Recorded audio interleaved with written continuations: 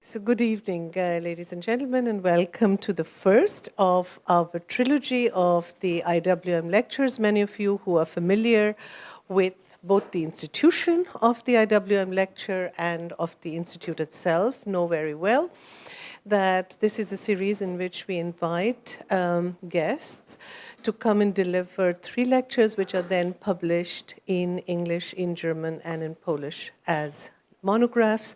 The last one, which you may have seen, are Jan van der Mulle's lectures on populism, which were delivered here also as IWM lectures. It's a great, great pleasure to welcome Professor Stephen Kotkin, who's had a harrowing journey to us, unfortunately, but he's here. That's the most important.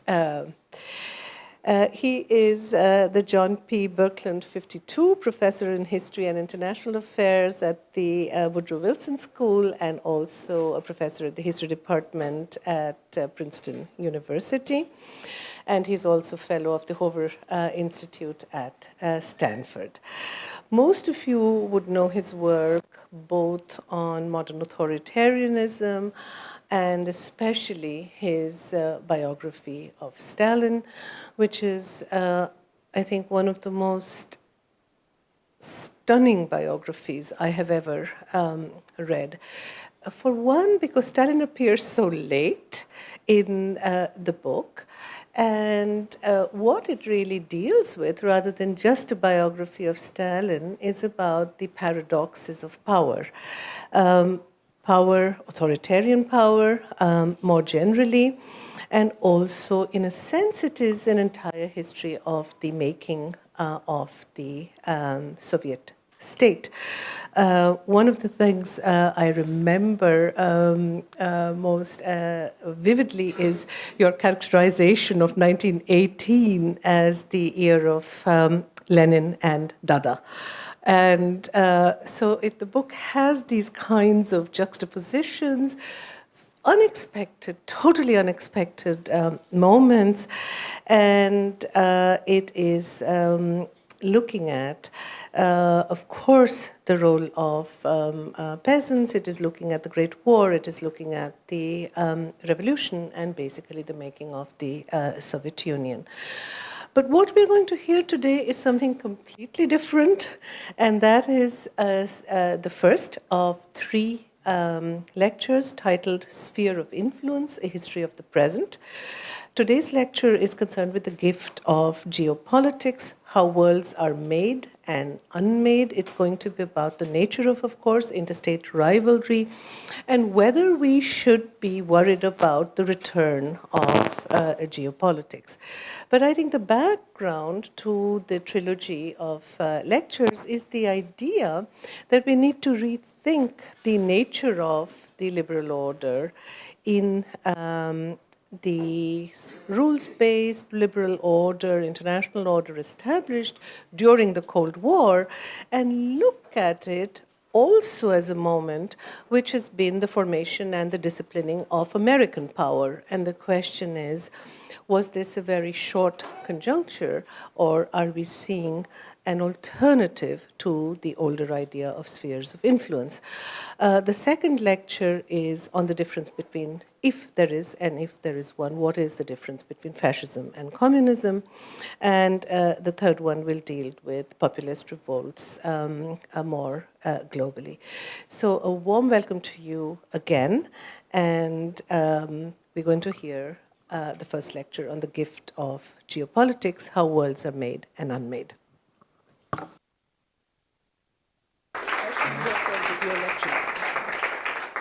This one And not that one, but let's get sorry, back. I shouldn't walk It's okay. off. It could be better without the notes. I'm sorry, this is not the most elegant of entries and exits.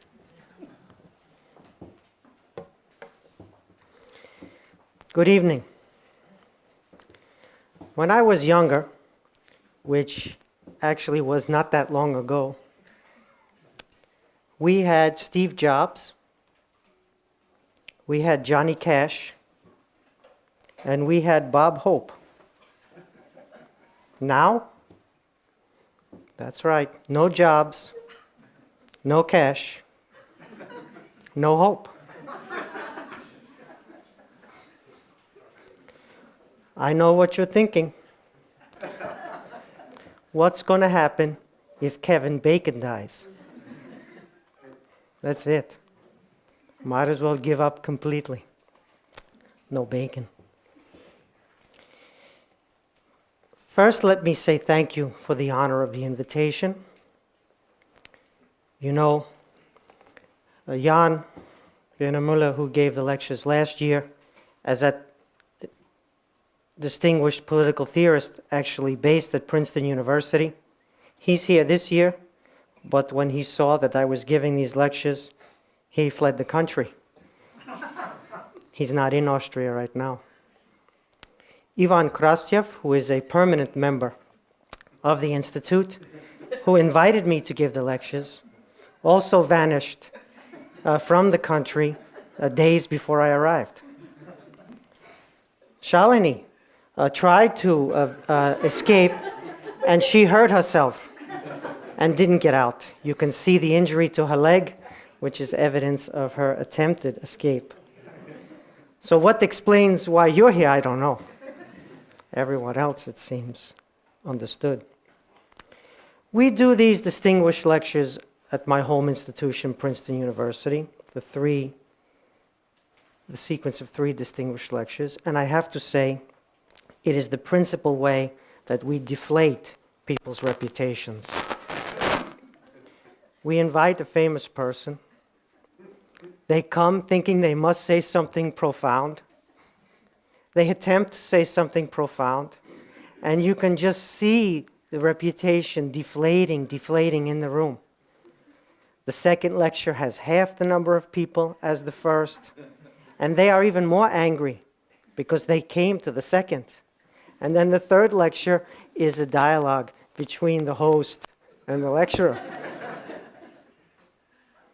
Maybe it works differently here. Yes, we will. Exactly what I was thinking. Anyway, my reputation will also deflate, but I have the fortune of not having such an inflated reputation to begin with, so the deflation can only go so far.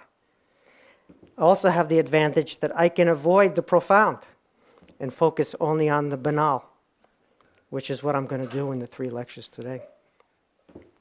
So let us recall the fantasy of the CIA. The CIA fantasized for decades to bring down the Soviet Union. It did all manner of covert operations. It funded the Voice of America and Radio Free Europe to try to penetrate into the censored Soviet space. It spent a great deal of American tax dollars and achieved almost no effects bringing down the Soviet Union.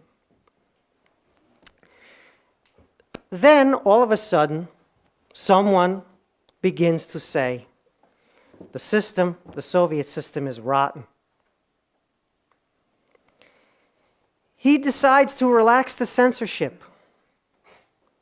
He decides to allow information from the West to flood into the country. Forget about Radio Free Europe.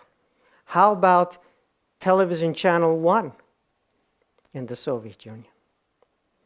He decides to introduce market mechanisms and unhinges the planned economy. He deliberately sabotages the centralized rule of the Communist Party, as a result of which the federal states, the states in the Federal Union, discover that they are no longer beholden to Moscow. He forces the introduction of multi-candidate elections with secret ballot, competitive multi-candidate elections. He declares that the satellite states of Eastern Europe can go free. Not exactly. What did he say? He said, we will not defend them anymore. They're on their own. In a word, what the CIA fantasized about, but never made much progress on, the General Secretary of the Communist Party of the Soviet Union, he did it. He did it all and then some. Things that the CIA was not even bold enough to fantasize about. He did. Still to this day, having lived through it and watched it and having been there, it shocks me. So now we have a new fantasy. The new fantasy is not the CIA fantasy. It is a kind of combination Russia, Iran, China fantasy. What would that fantasy be? It would be that someone comes along and discredits and maybe even destroys the American system. What would that someone do?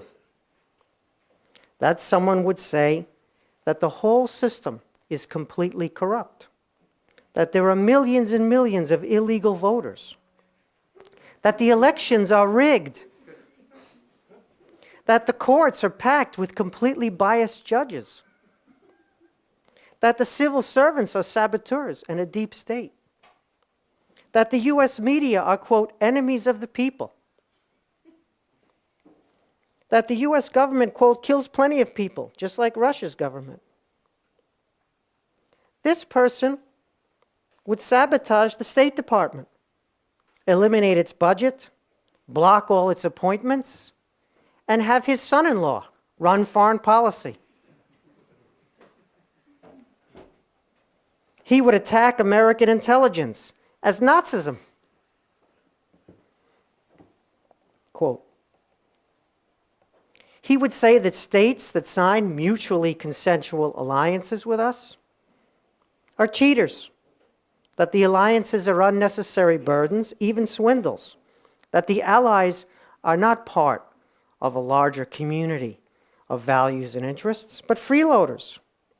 He would say that the free trade pacts are self-sabotage. He would give all top government positions to his family members. He would promote generals to run all the key civilian posts so that an Egyptian diplomat would say, quote, you're just like us now, reporting to generals. And of course, he would use his political power to enrich himself, his properties, and his products. Yes, that was the Russian, Iran, China fantasy. And lo and behold, here we are. This is the world we live in now. The first world, the Gorbachev world, as I said, I'm still in a state of shock that the General Secretary of the Communist Party did all of that to the Soviet system and buried it. Thankfully, in many ways, because it went peacefully as a result of him.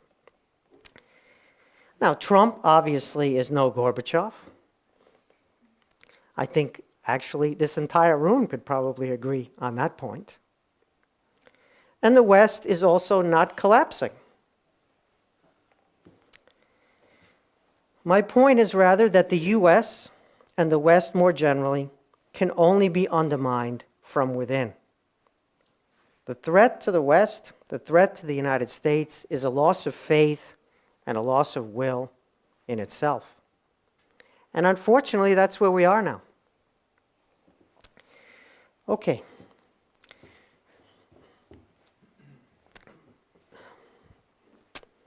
Let's think a little bit about this. I'm not going to talk about, as was already mentioned, Stalin. I have been living with Stalin now for too many years. I wake up, he's in the bed next to me. I turn on the computer, it's all about him. I go to sleep at night, it's all I dream about.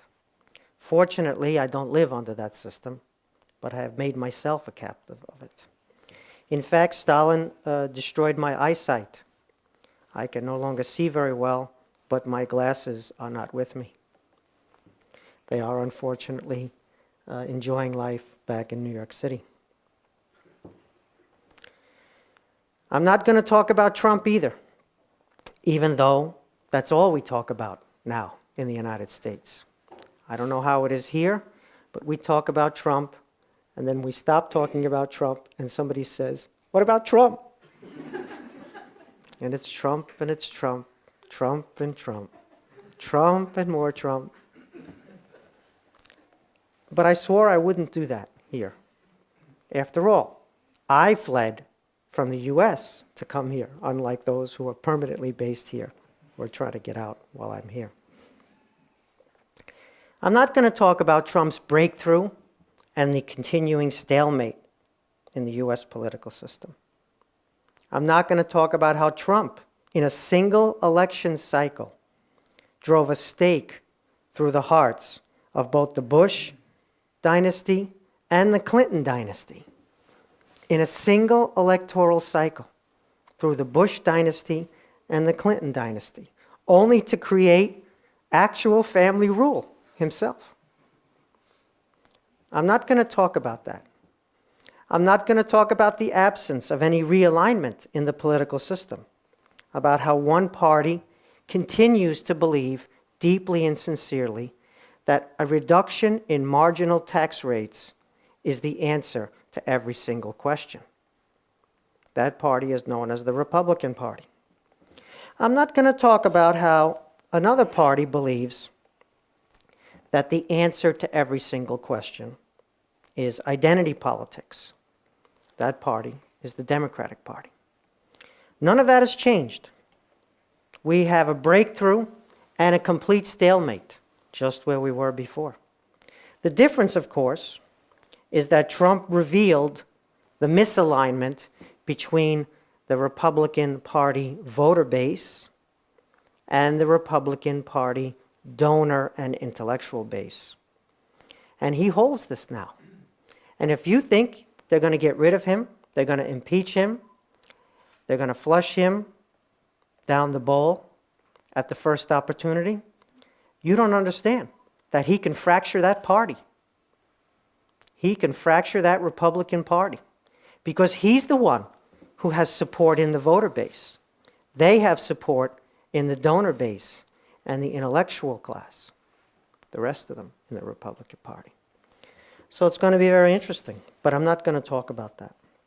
I'm not going to talk about the nihilism of the Trump administration, the failure to appoint people on purpose to positions in the federal bureaucracy, the appointment instead of 400 campaign aides, the only people he's really appointed, 40 or 50 people on the one hand, and then several hundred campaign aides. Loyalists who planted fake stories about how Hillary Clinton was dying and concocted videos, falsifying videos to show how sick she was and how she was dying for the New Hampshire election, and are now running major departments in the federal government. One of them graduated from high school 2 years ago and is now one of the highest officials in the U.S. bureaucracy. These are known as beachhead teams. Those are the only people that this nihilistic administration trusts. And those are the only people, with few exceptions, that they've appointed. I'm not going to talk about any of that. I'm not going to talk about populism, at least not till the very end. Somehow, populism is a surprise. I've been teaching modern authoritarianism for 28 years. The combination of democratic deficit, democratic mechanisms, and political entrepreneurialism is an ancient story. The formula, the will of the people, the corruption of the elites, the strong man who alone can set things right. I know that story. I'm writing 3 volumes about it. In any case, we often lose sight of the fact that populism brings salutary effects because it brings suppressed issues to the fore. It gives voice to people who are otherwise not part of the political system. It doesn't bring solutions, but it does serve a democratic purpose. I'm not going to talk about any of that.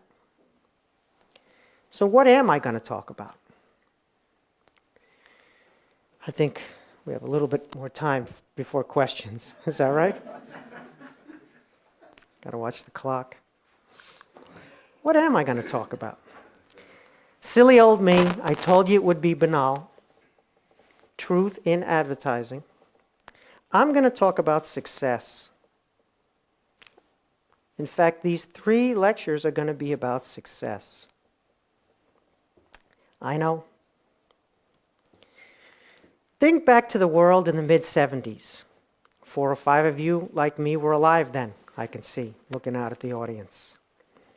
Think back to the period of the 70s. The oil shock. You remember the oil shock?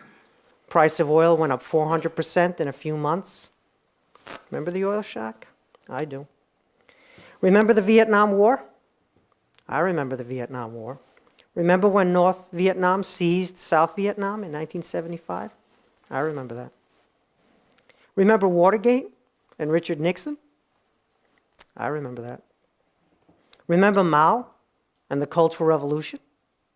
The murderous, insane Cultural Revolution of Mao? I remember that. You remember Greece had a military junta?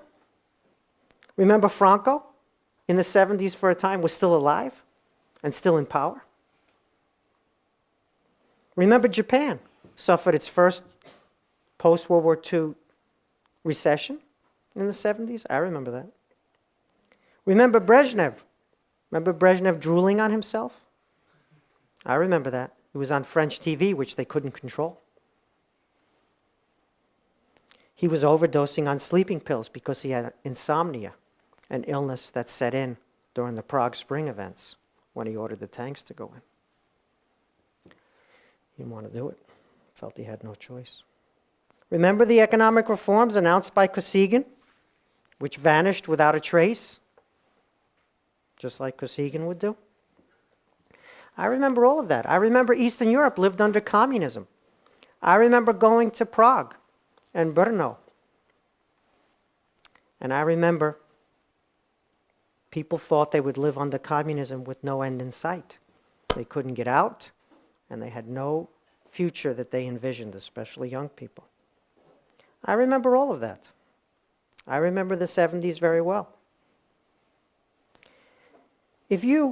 Okay, there were some things in the 70s. In 73, the European community expanded.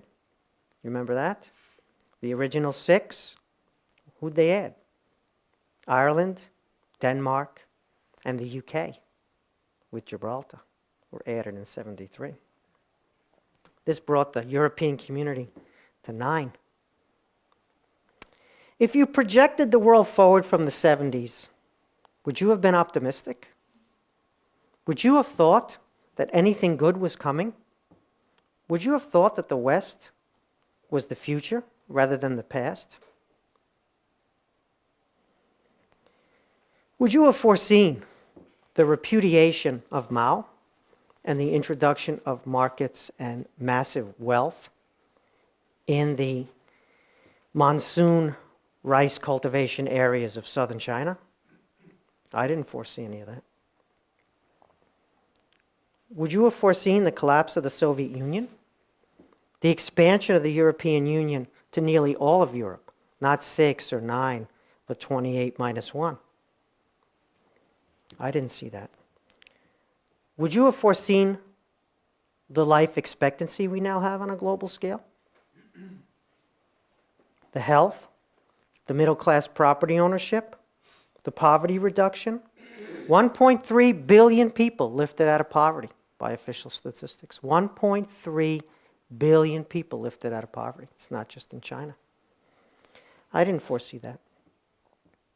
Quote, the past 250 years have witnessed the most spectacular increase in human well-being in history. The economies of China and India, accounting for 1/3 of the world's population, have seen growth rates that are unparalleled in any country, supporting recent expansions in global living standards. Life expectancy in most parts of the world has soared on the back of achievements in child mortality.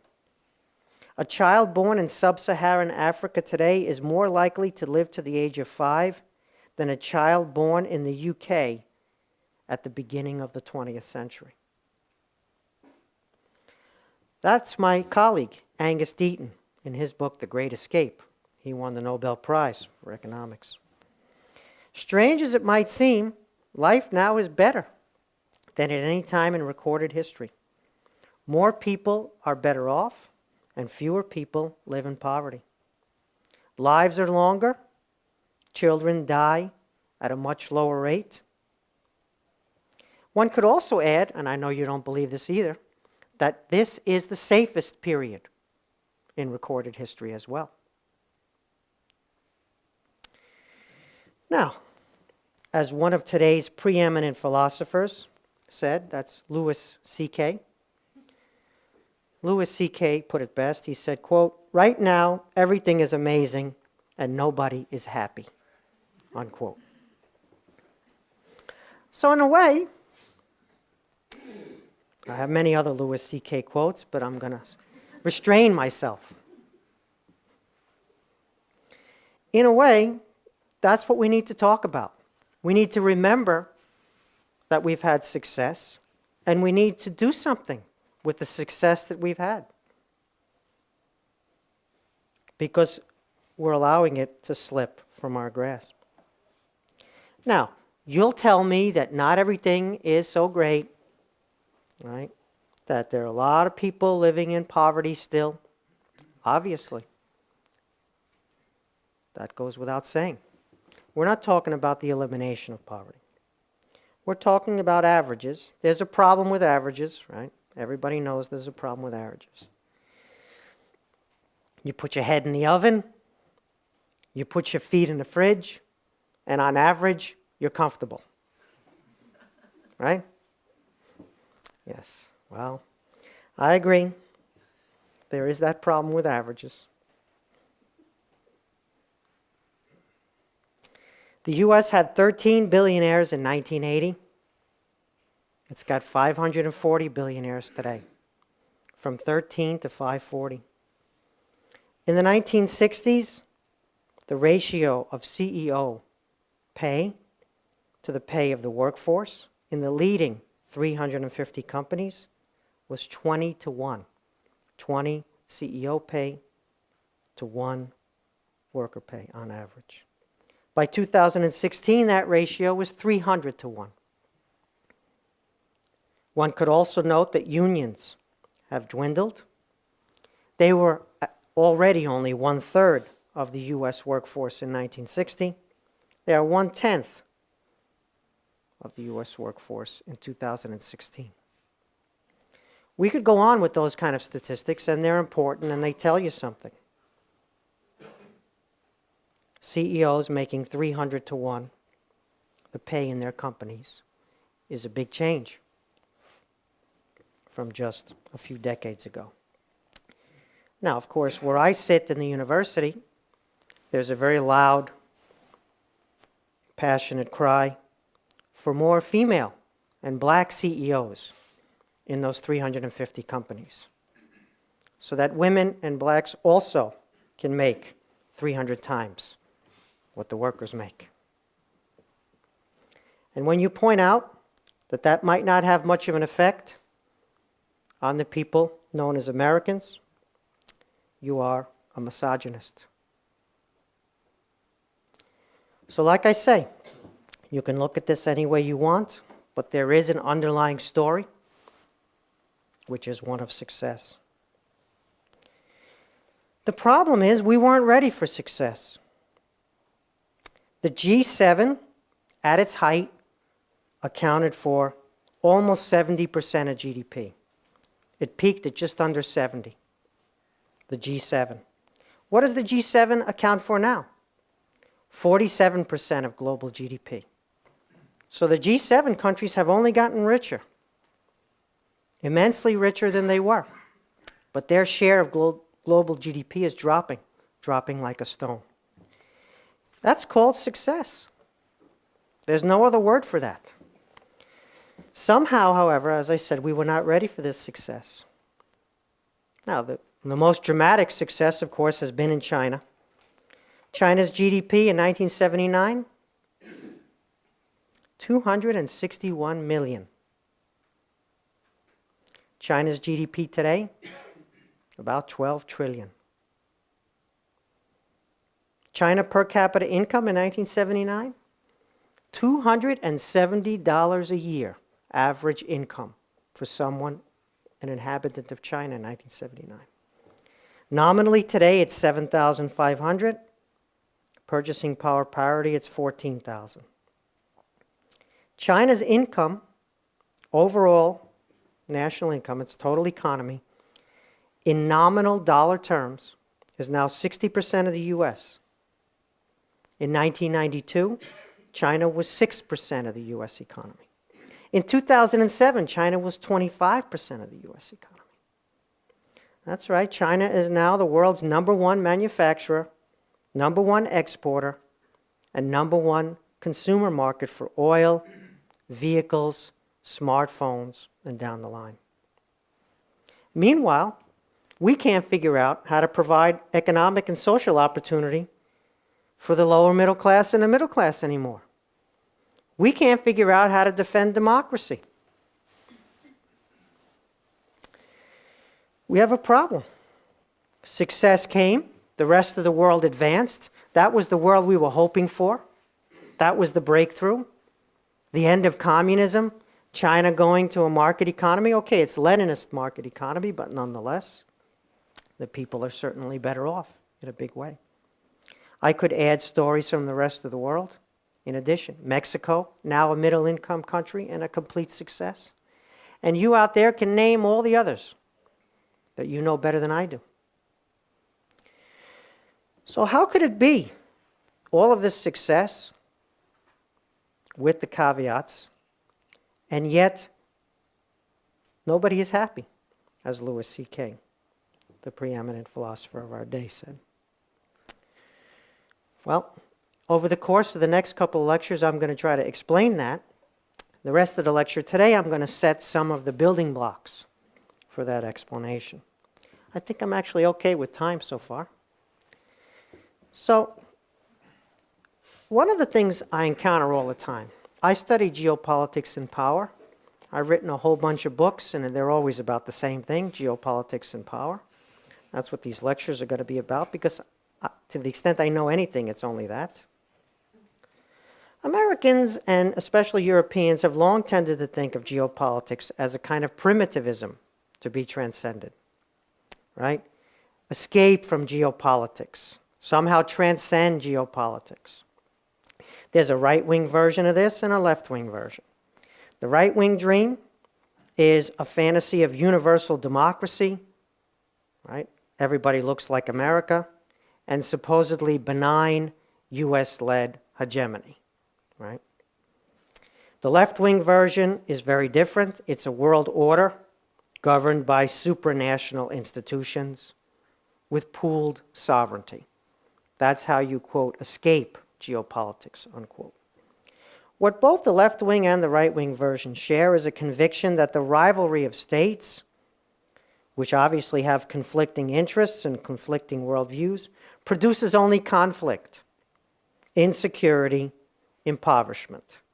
Hence, the return of geopolitics is always to be lamented. I don't know how many times I pick up some august journal in the US, and there's some incredible deep lament about the return of geopolitics.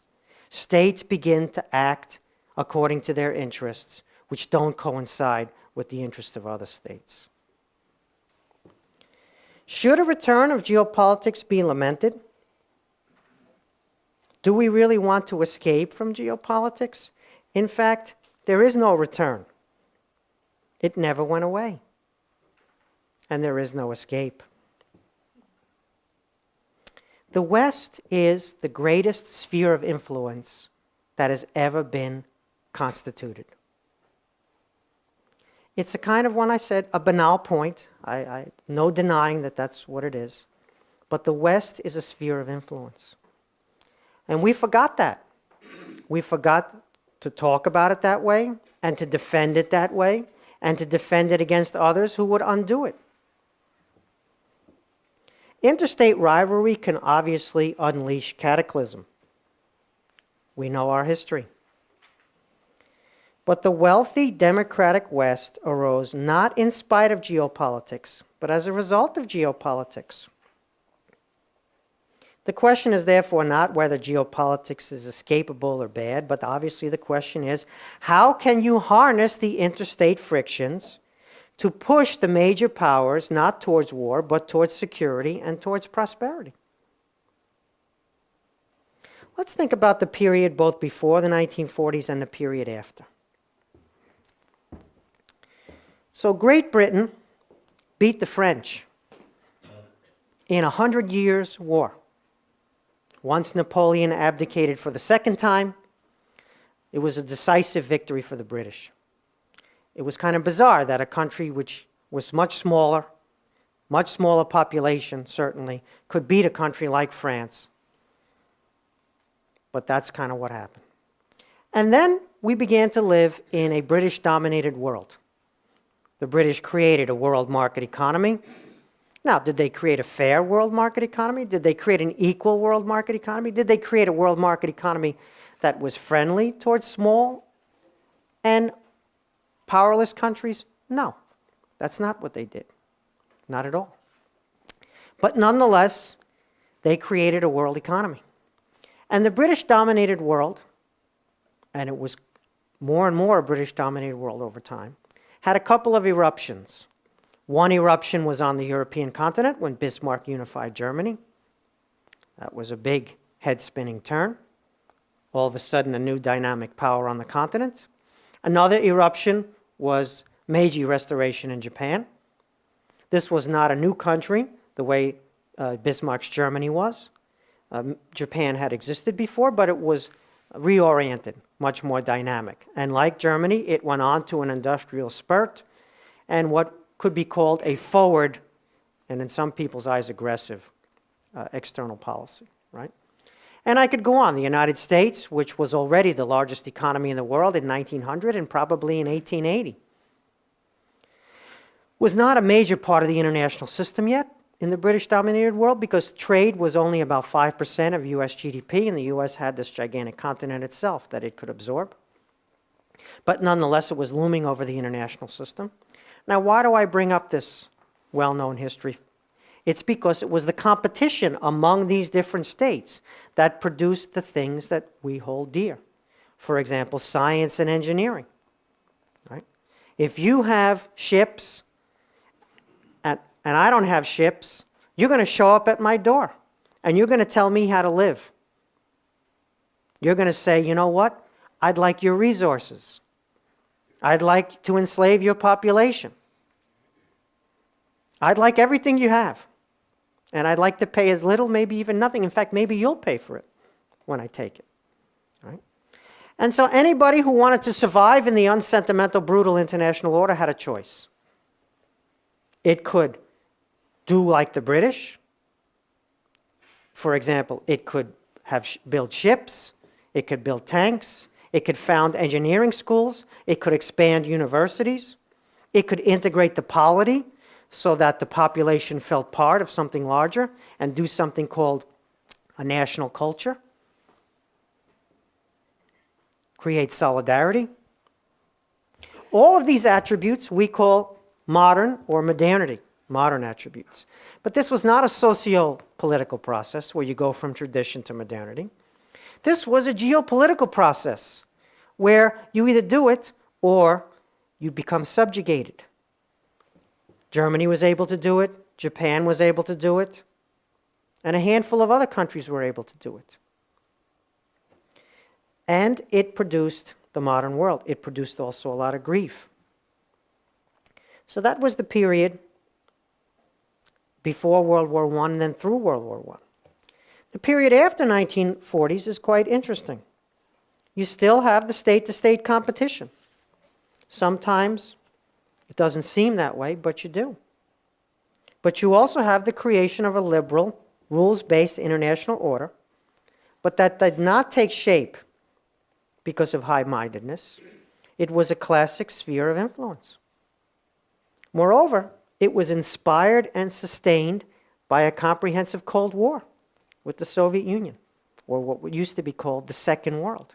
Remember the First World, and the Second World, and the Third World? That was sphere of influence thinking. The First World against the Second World in competition for the Third World. Yes, it was. Now, this sphere of influence, known as the West, played a very significant part in European integration. The Europeans did integration. The Americans didn't do European integration. But there's no question that the idea of the West, the idea of a unified sphere of influence, the idea of geopolitical competition was a part of that story. It gave additional impetus in the United States to desegregation, to civil rights, because you had to live up to the promises of the first world. And if you didn't, courageous people in the streets reminded you of the need to do that. In fact, the sphere of influence, known as the West, even disciplined American power. During the Cold War, America did many things that I personally am not proud of, and that I'm sure you have a critique of. But nonetheless, America understood, more or less, that it was part of something bigger than itself, and that it was necessary to remain part of that, because that's where the power came from. There was even an American grand strategy, which, good luck now, trying to get a grand strategy in Washington. And I'm talking about since 1991, not just since the last couple of months. So, we have this kind of paradox. When geopolitics works the way we kind of like the world to be, we deny that it's geopolitics. And when geopolitics works in ways that are less benign, that's when it's bad, it's returning, and we don't want to deal with it. I would submit to you that we're dealing with some misconceptions, and that these misconceptions are non-trivial. They help explain part of our predicament, our inability to defend who we are and what we are. One misconception is that the Cold War was an era of predictability, stability, and relative peace. You know that misconception? I can tell you, the Cold War was totally unpredictable. There were crises all the time. There was risk of Armageddon several times, and not just during the Cuban Missile Crisis, the famous one. There were more than 100 wars around the world during the Cold War. Many more wars than since the Cold War ended. 1 million Vietnamese died. 1 million Afghanis died. That wasn't exactly predictable, stable, and relative peace, was it? The second misconception I would point to is that the current moment is one of profound instability, profound unpredictability, and war. I got to tell you, that's just not true. There is a lot less war now than there was during the Cold War. And there's a lot more predictability than there was during the Cold War. I'd be happy to go into various different examples to illustrate those points. A third misconception, I'll only do 3, is the so-called clash of civilizations. This is my favorite one because this is the panic that sets in when poorer and darker parts of the world begin to gain a little bit of power and say in the international system. That's known as a clash of civilizations. I just don't think that's true. I don't think there's a clash of civilizations. What people are saying when they say the contemporary world, our world now, is, quote, dangerously unstable, what they're saying is that they have now television 24 hours a day, 7 days a week, with 600 channels. That's what they're saying. We're lucky we didn't have that during the Cold War. Can you imagine 24/7, 600 channel television about the nuclear Armageddon incidents when we almost fired at them and they almost fired at us? Now, having fought and won the very difficult Cold War, the West is poised somehow to lose the post-Cold War. This is absolutely astonishing. The Cold War was extremely difficult. Communism was a menace. It was a menace predominantly to its own people. The Cold War was necessary. It was not a misunderstanding. Not everything in the Cold War was necessary. Not everything in the Cold War was beneficent. But nonetheless, It was difficult and necessary, and the Western sphere of influence won that Cold War. And now we have the post-Cold War, and we're on the precipice of losing it. Frankly, I'm completely puzzled by this, how we could have gotten into this astonishing situation. So the topic of my Sphere of Influence 3 lectures is either having an international order or not having one, because that's what we currently face. When you have an international order, you can criticize it. The Americans don't understand this, the Americans don't understand that, the Americans shouldn't do this, the Americans shouldn't do that. That criticism is necessary and important. But when you don't have an international order, you can't really criticize it. That's the path that we're on. We were on that path before Trump, and we're on that path now. I've got a couple of slides. I didn't know how big a dud the lecture would be. So I've got a couple of slides to talk about sphere of influence, if it's okay. I still think we're all right on time. No? I was told. All right, let's see what I got. Oh, by the way, this is a course that I give, and this is the exam, History and Geography. I'm sorry you can't see it, but it says name the smaller rivers that run into the Nile, and the person put the answer, the juveniles. The second question here, name 6 animals that live specifically in the Arctic, and they wrote for the 6 animals, 2 polar bears and 4 seals.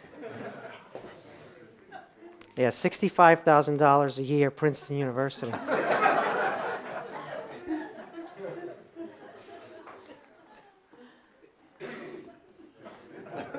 That's how we grade in the U.S.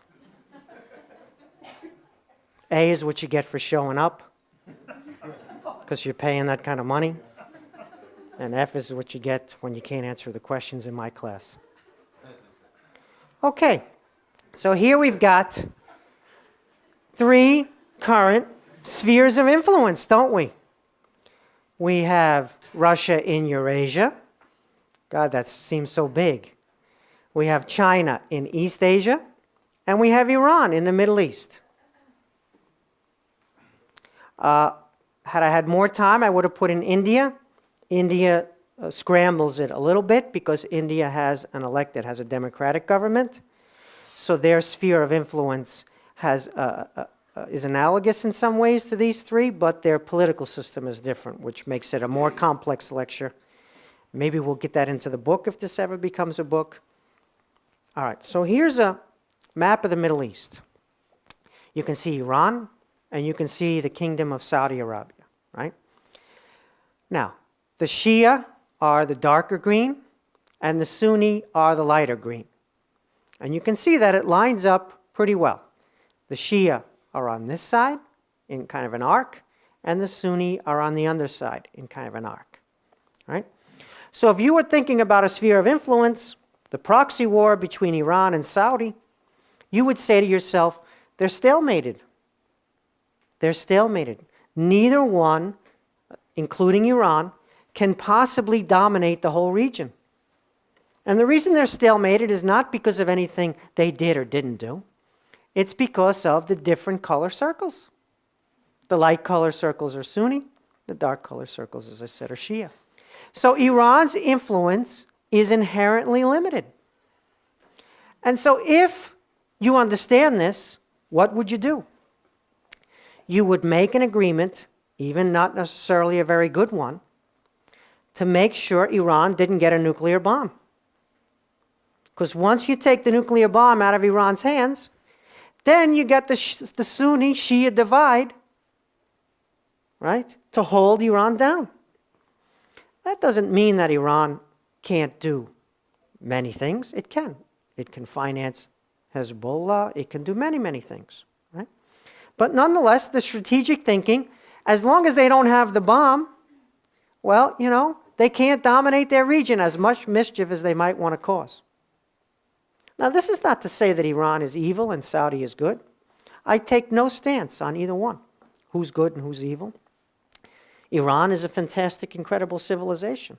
If you've been to any art museum that worth the name of an art museum, and walk through the whole thing, you invariably come to a section that is absolutely mind-blowing, and it's Persian culture, right? That's not what we're talking about. We're not talking about who's better or worse as people or whose culture is significant or insignificant. It's an incredible civilization. We're talking about geopolitics and balance of power. Now, you can say that the nuclear deal was very one-sided and was not well negotiated and all sorts of critiques of the nuclear deal. But if you understand geopolitics and the ability to dominate or not dominate a region, this map is all you need to see. Okay, here's another important map. There are 32 million people, as you know, live in Kurdistan. But Kurdistan doesn't exist. And until this question burns itself all the way through that Middle Eastern map, you got mayhem as far as the eye can see. Until there's a resolution of this question, you know the Kurds were promised a state in the Versailles Treaty. It never happened, right? So, but this question is about Turkey, it's about Syria, it's about Iraq, it's about Iran, it's also even about Armenia, right? So if you're thinking about getting involved in the Middle East, this, whatever you do, is going to burn and burn and burn.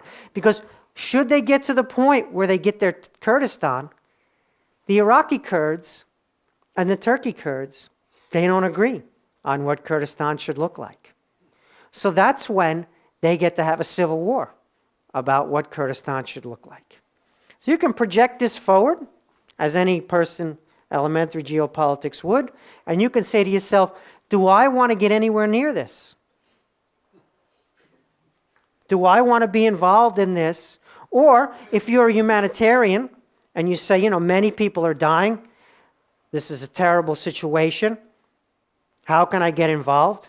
And the answer is, you can't stop the bleeding, no matter how much aid you bring, unless you can resolve this political, geopolitical question. You can only kind of help the people in need, but you cannot get to peace and prosperity unless 32 million people are somehow wiped out, which I hope is not going to happen. So this is sphere of influence thinking, right? We saw the Sunni-Shia divide. Now we see this underlay under the Middle Eastern map. Every one of these states is in play, its geography, its integrity, because of this Kurdistan problem. I could list other issues. The Kurdistan one is one of the biggest. I'm just pointing out what the Middle East looks like. Okay. Now we come to the Russian sphere of influence. Very, very well known, right? In our face every day, in the news all the time. Transnistria, which is a Boris Yeltsin era, right? 1992 confection. Then, of course, there's the Abkhazia, South Ossetia, dismembering of Georgia, Eastern Ukraine, and Crimea. You'll notice that there's not a blotch yet over here. So this is the one that you will live to see. Is next. Yes. Because if there's a wallet on the table, you put your wallet on the table, and you leave the room, and I'm still in the room, and I'm looking at that wallet, and it's just open and sitting on the table, I might be tempted to take it. If, however, there's a wallet in your pocket, and your pocket has a zipper, and the name of the zipper is Article 5, I may or may not think I'm going to get into that pocket to take what's in there. You see, because I have a wallet that's on the table, unguarded. And so that other one that's zipped up, which says Article 5, you know, NATO, Article 5, right? I may take that, but I think I may take this one first. Okay. But overall, this represents what looks like a lot, but is, you know, in terms of Russia's sphere of influence, not very much. The crazy thing about Russia's sphere of influence is that it doesn't exist. It doesn't exist. Russia exercises influence only in the territories it directly controls. It does not exercise influence in the post-Soviet space. Have you traveled there? Some of you are from there. The influence is declining, the Russian influence. Here's the Eurasian Union, their supposed answer to the EU, right? And this is 2014, so before the ruble crash. All these economies, they have a similar effect when Russia goes down. Now, do you see the Kyrgyzstan economy? You don't see it, right? Because there isn't one, unfortunately. You have more than 33% of the economy is remittances from Russia, and that's in official GDP. Who knows what the reality is? Because it's very hard to measure, right, all the cash transactions in a way that's honest. You see the Armenian economy? I can't see it either. The Belarus economy sort of registers. The Kazakhstan economy has done significantly better. And the Russian economy, when it was valued at about 2 trillion. In nominal dollar terms, GDP now, you're lucky if you can get 1.3 trillion valuation for the Russian economy, right? 1/15 the size of the US economy. That's the Russian economy. The Soviet economy at peak was 1/3 the US economy. Russia's is 1/15 the US economy right now.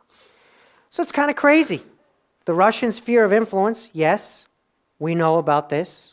And this is not the end of the story, as I'm suggesting. But then there's this too. So they actually don't really have a sphere of influence, although they're constantly asking for it, and we constantly refuse, rightly so, to grant it. The West cannot prevent Russia from destabilizing its neighbors, but it does not accede to handing over the sovereignty of its neighbors to Russia.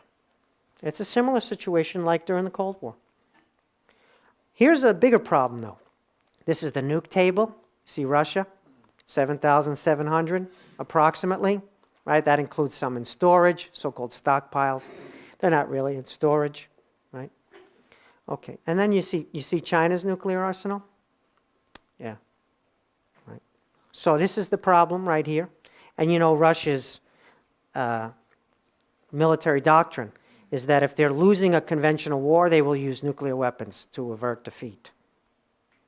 So they cannot be defeated in a war because they have the nuclear weapons to use, meaning, and their nuclear weapons work, unlike some of these other nuclear weapons. We don't know, right? This one we don't know. This one we're not sure about some of them.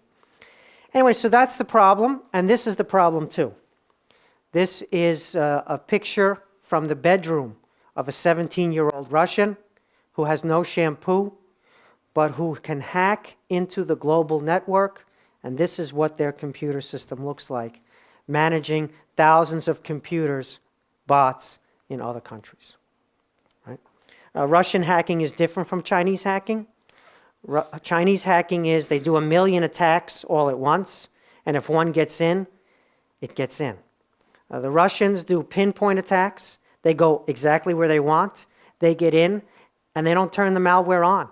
They just stay, because they may need it later. So they're in JP Morgan, and they're in Goldman Sachs, just in case they want to shut Wall Street down. It's a very different kind of hacking from the Chinese hacking. We have a very false impression. However, of course, this is a problem.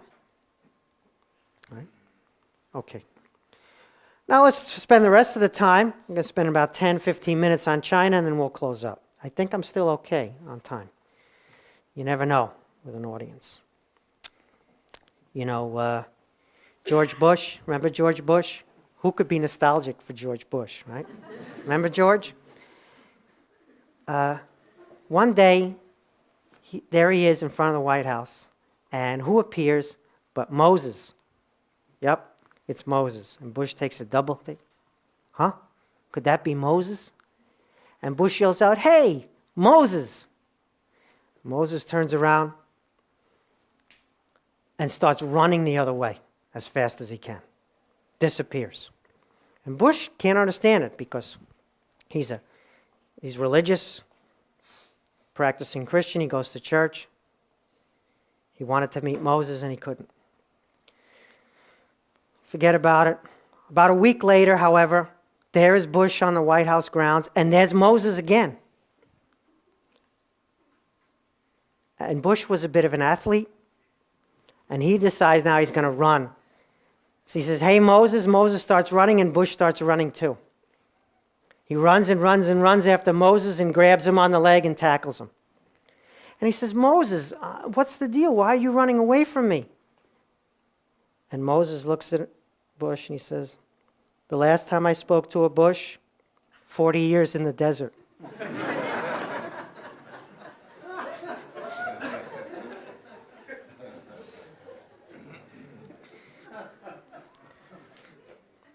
There reaches a point in every lecture where you've lost the audience. You're going on about some nonsense like sphere of influence or geopolitics or whatever the latest claptrap is in the American university system. And the audience comes eager to learn.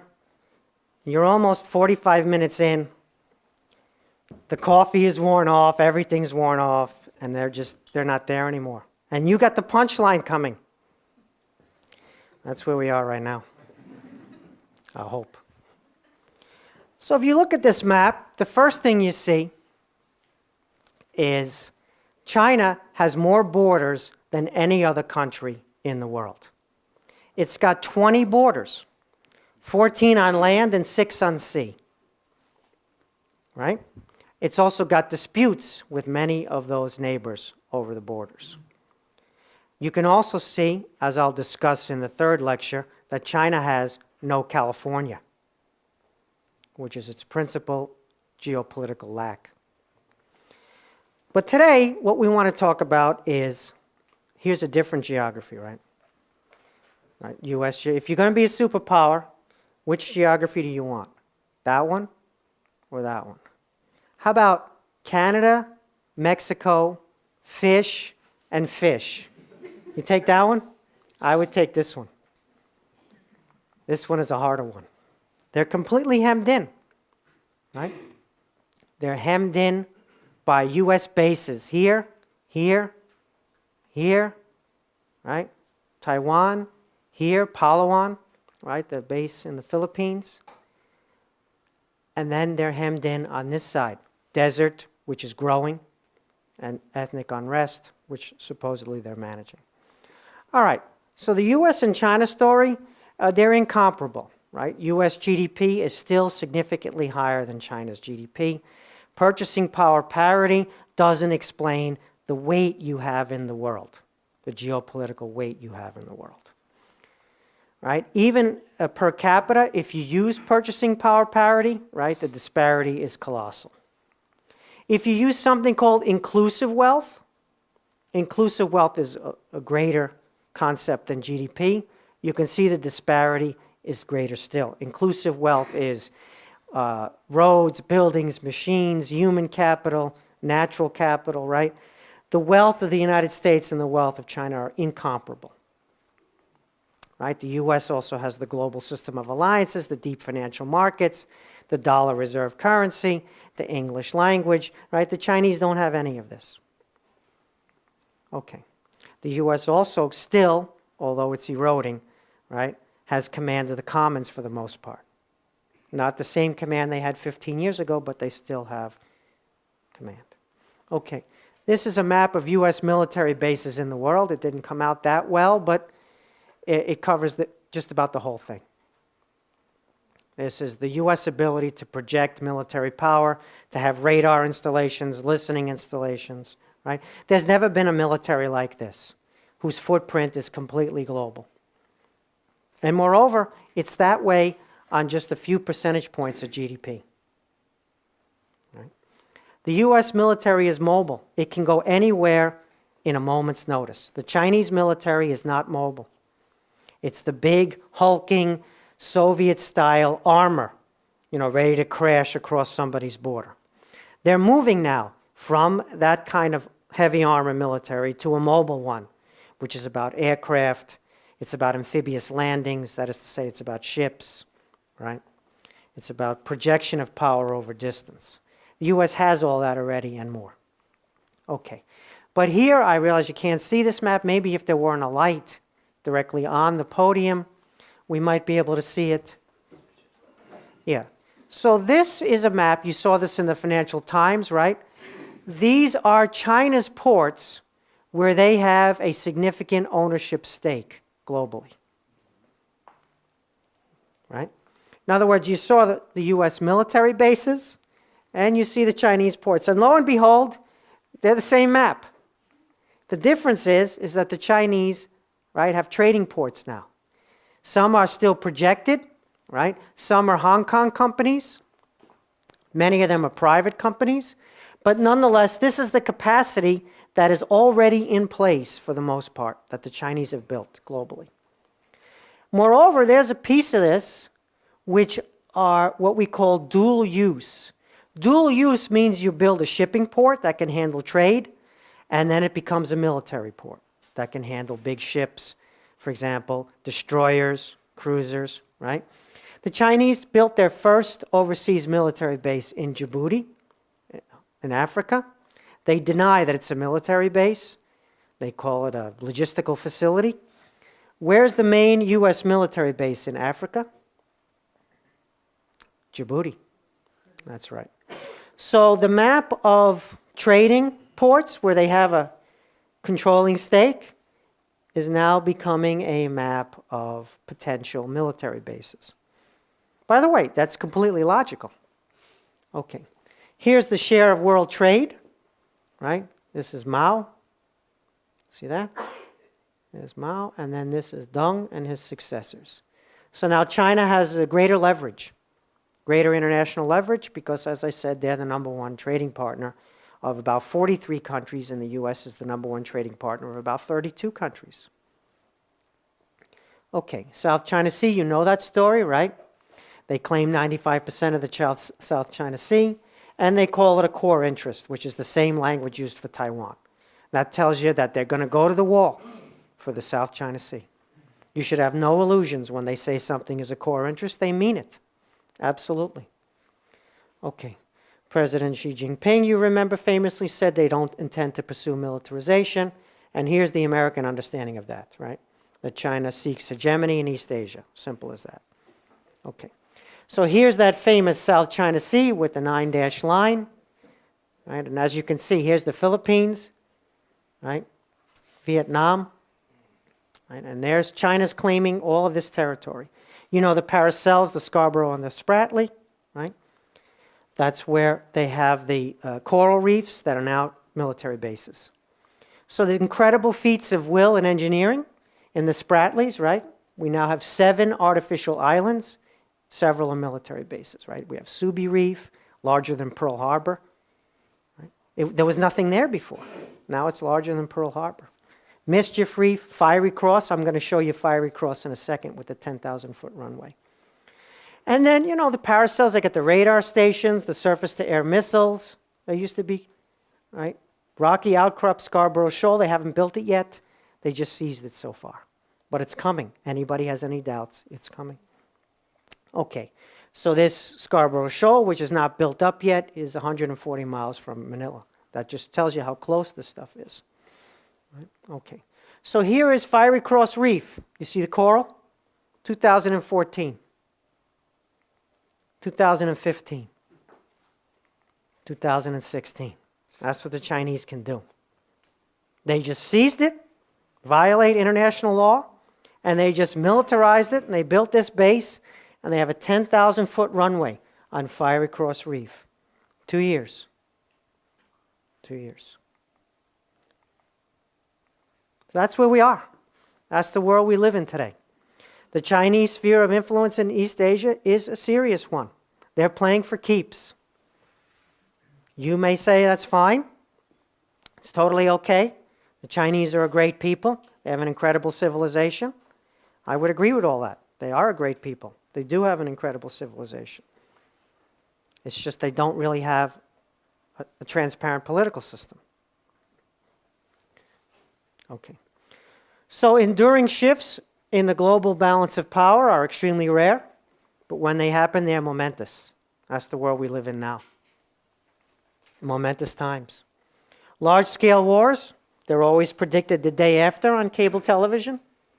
right? They're only obvious post facto, right? And even business as usual triggers large-scale conflict. That's what history shows. And we have Chinese opacity. We have American, whatever you want to call it, ignorance and competence. That's the world we're in right now. And all war is miscalculation by decision makers. Wars don't happen unless an order is given, buttons are pushed, right? World War I, sleepwalk into war. There were 1,000 orders just to move the horses and the fodder for the horses. You can't fight a war, right, without orders.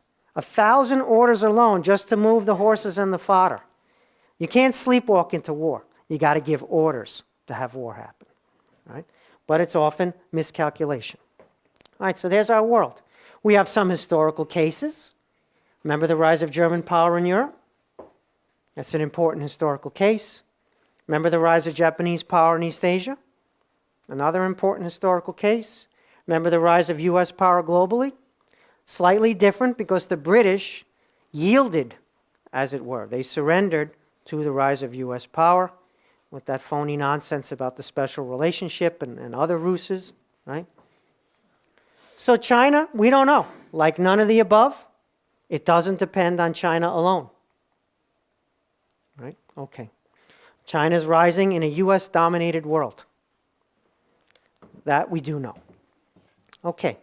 So US remains the key variable. Eras of omission, commission, domestic politics, right? This is where we are.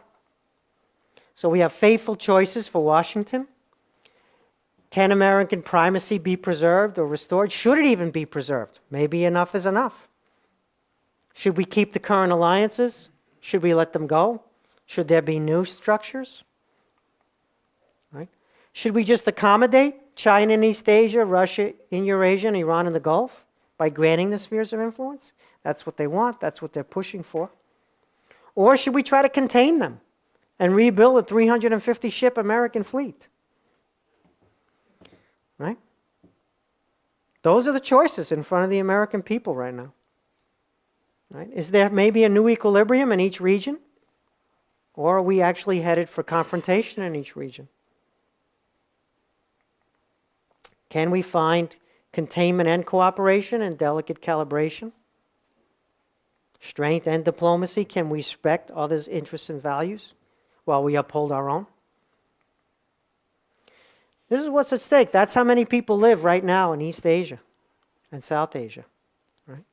Doesn't look like much if you put it on a regular world map, but how about if you put it on a world map by size of the country based on population?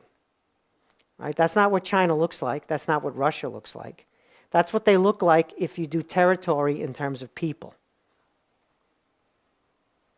Right? So that's where all the marbles are, as they say. Right? That's where the game is now. Right there. Okay. Now. That's the slide I know when the lecture is over. When that slide comes up, I'm done. Thank you for your attention.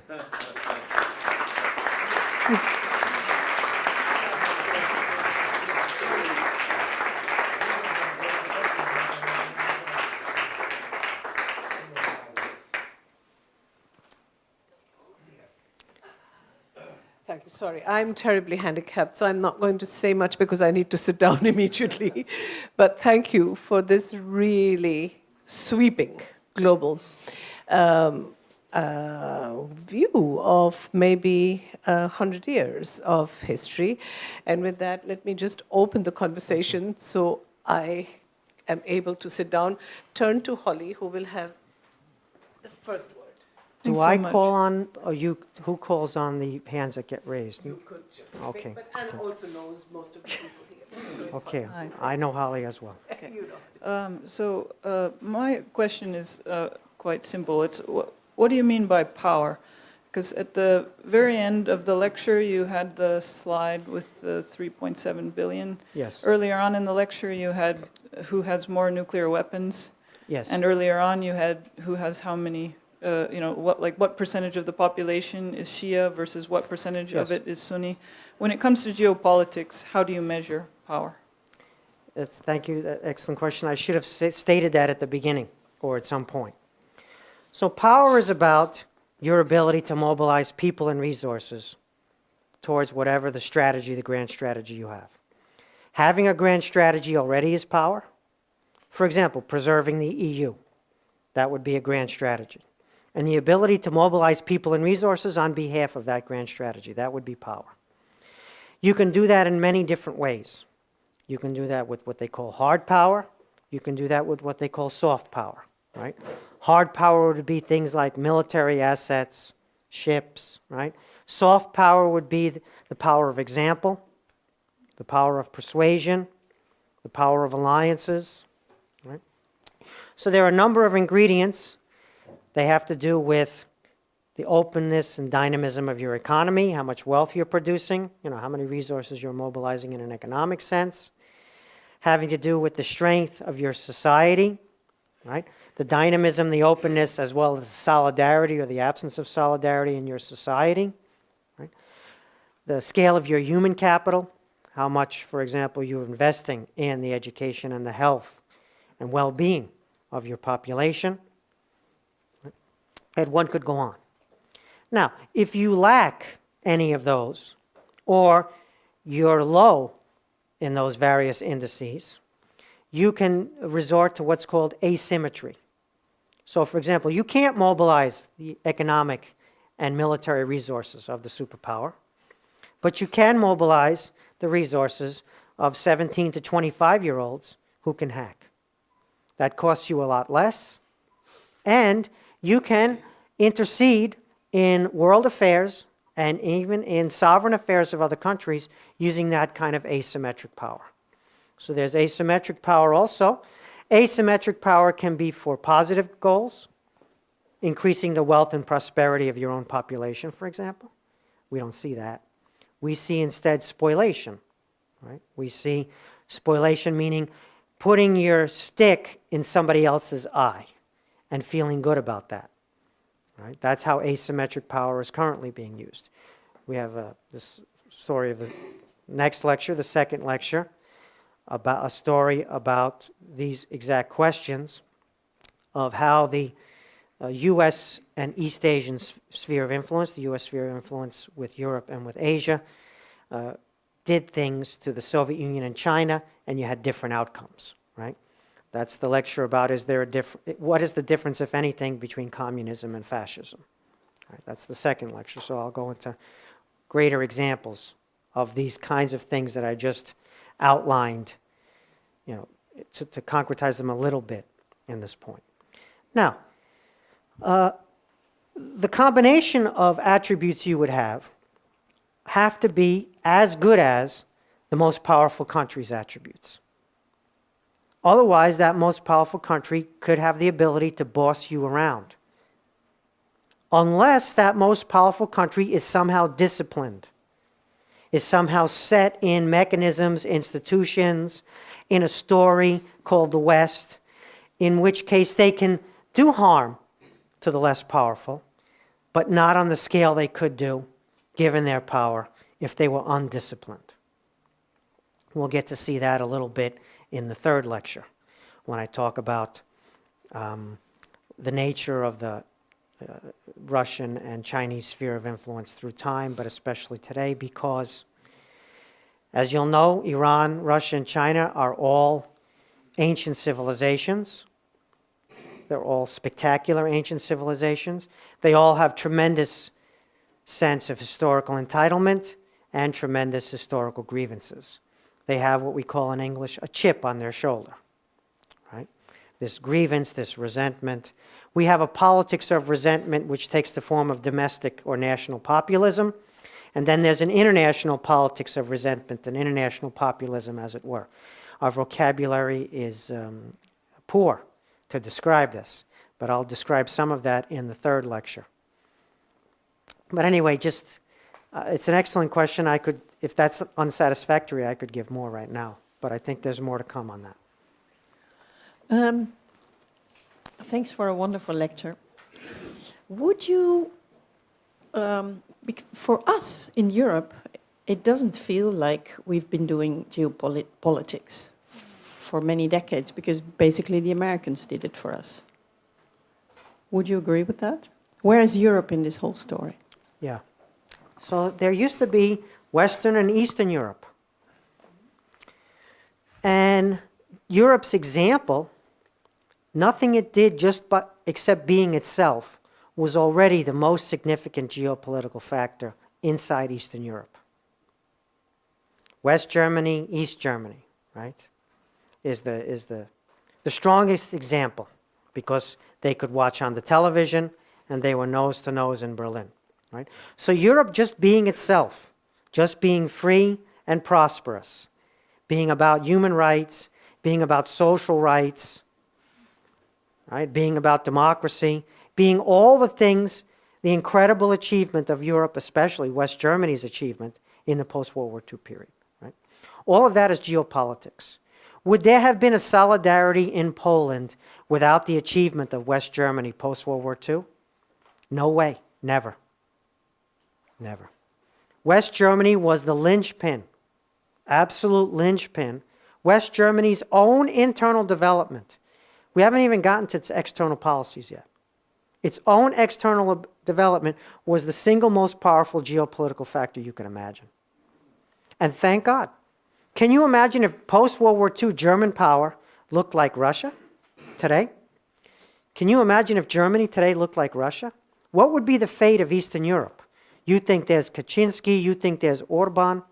I can tell you, that's baby stuff compared to what we would see if Germany looked like Russia. Eastern Europe is a strip of land lying between German power and Russian power. That's all it is.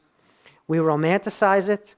You know, Havel, Power of the Powerless, you know, The Grocer, that great story. There's tremendous romanticism about Eastern Europe. But all it is a strip of land between German power and Russian power.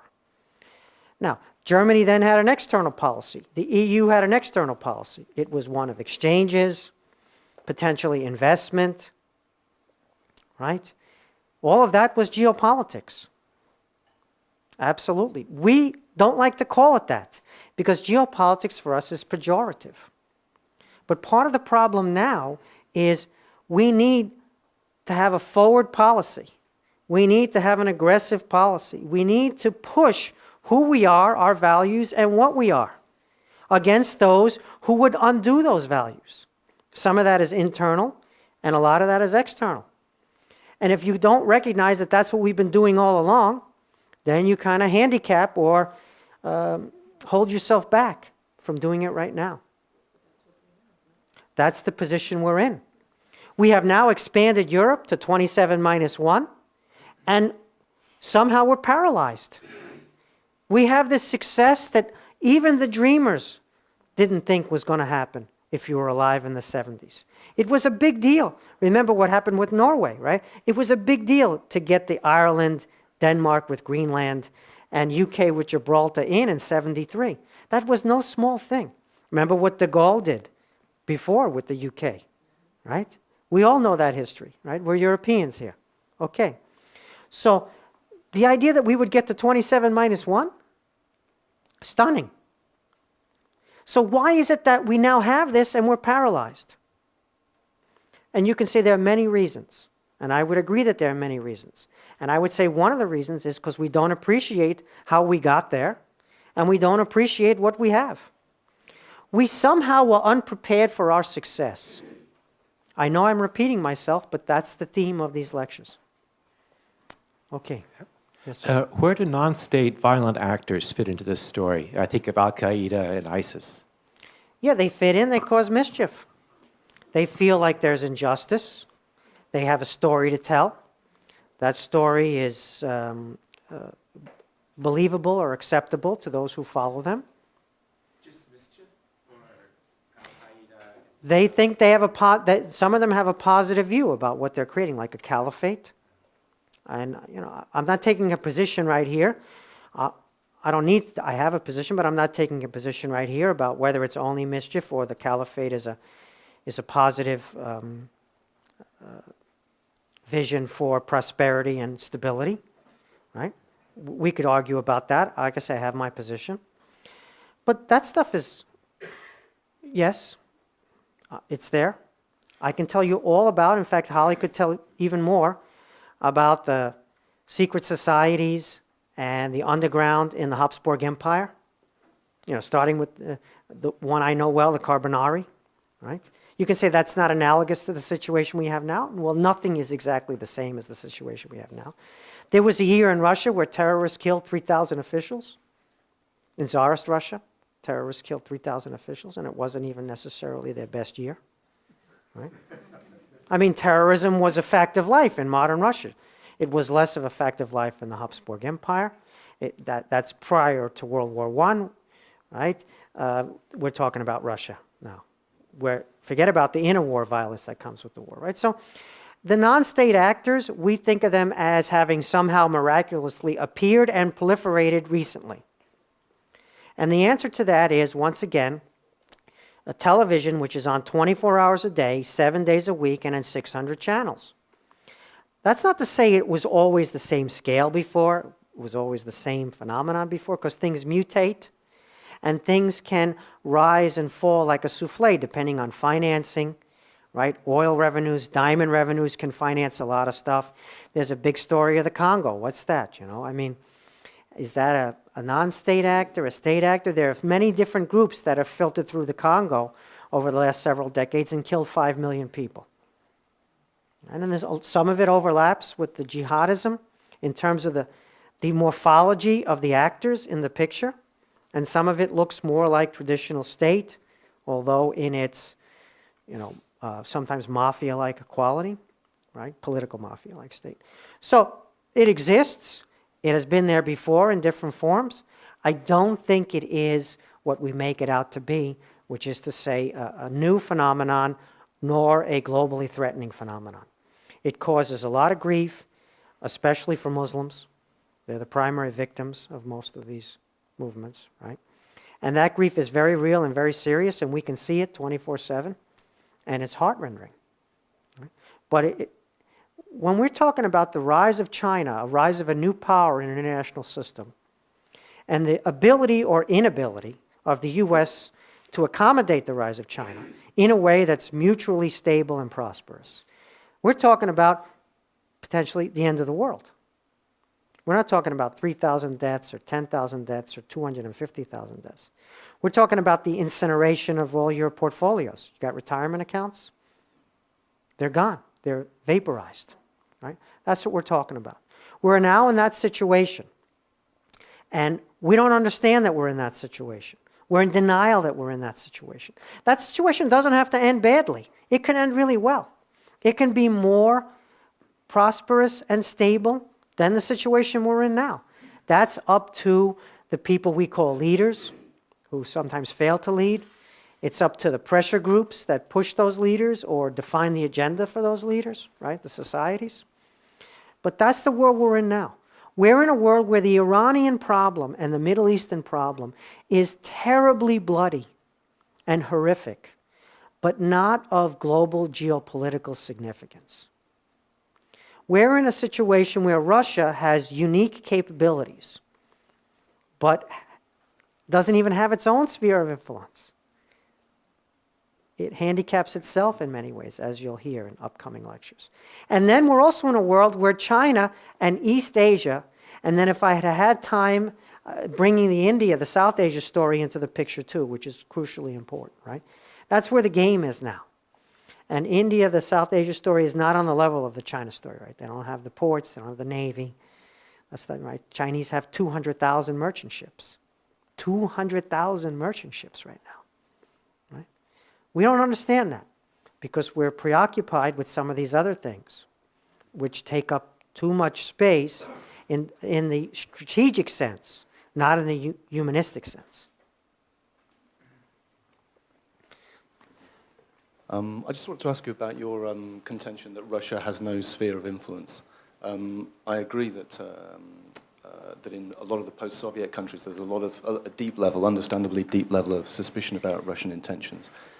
But I live in the sort of romantic strip of land that you mentioned. Yes. And in Slovakia, which I know quite well, there is, for a country that was invaded by the Soviet Union only 40 years ago, 50 years ago almost, there's a surprising degree of sympathy for Russian aims. Yes. And that includes among the political elite, in fact, especially among the political elite. The same is true in Hungary for different reasons. And you'll have seen, as I did, pictures of Marine Le Pen, who's possibly going to become the French president in a few weeks, meeting Mr. Putin and apparently in hock to him financially.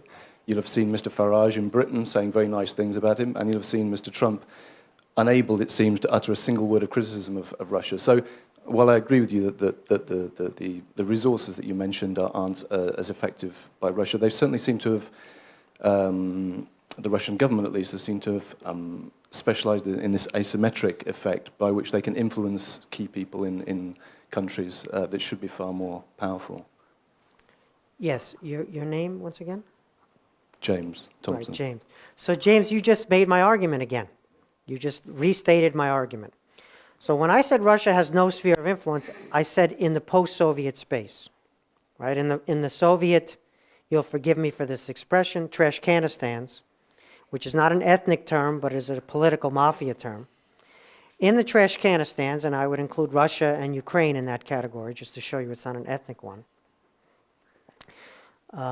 you would call them rubbish rather than trash can, right? The rubbish can, but it doesn't quite have the same quality in the higher level British language as it does in the vernacular colonial language of the US. But